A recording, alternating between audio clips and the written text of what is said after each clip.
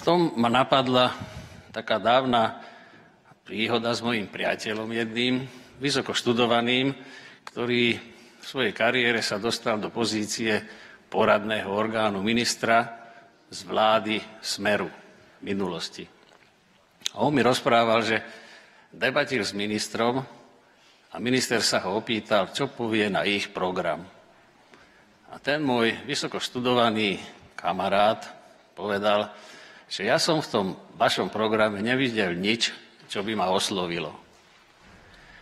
A ten minister sa ho opýtal, a vy ste z jakej spoločenskej štruktúry, kde sa zaraďujete? A on hovoril, nadpriemerne inteligentný, vysoko vzdelaný a zaraďujem sa do takej vyššej strednej triedy.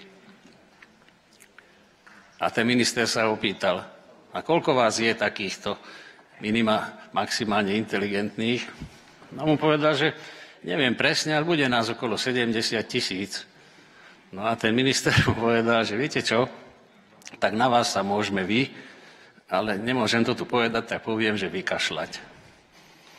Čiže tak nejak.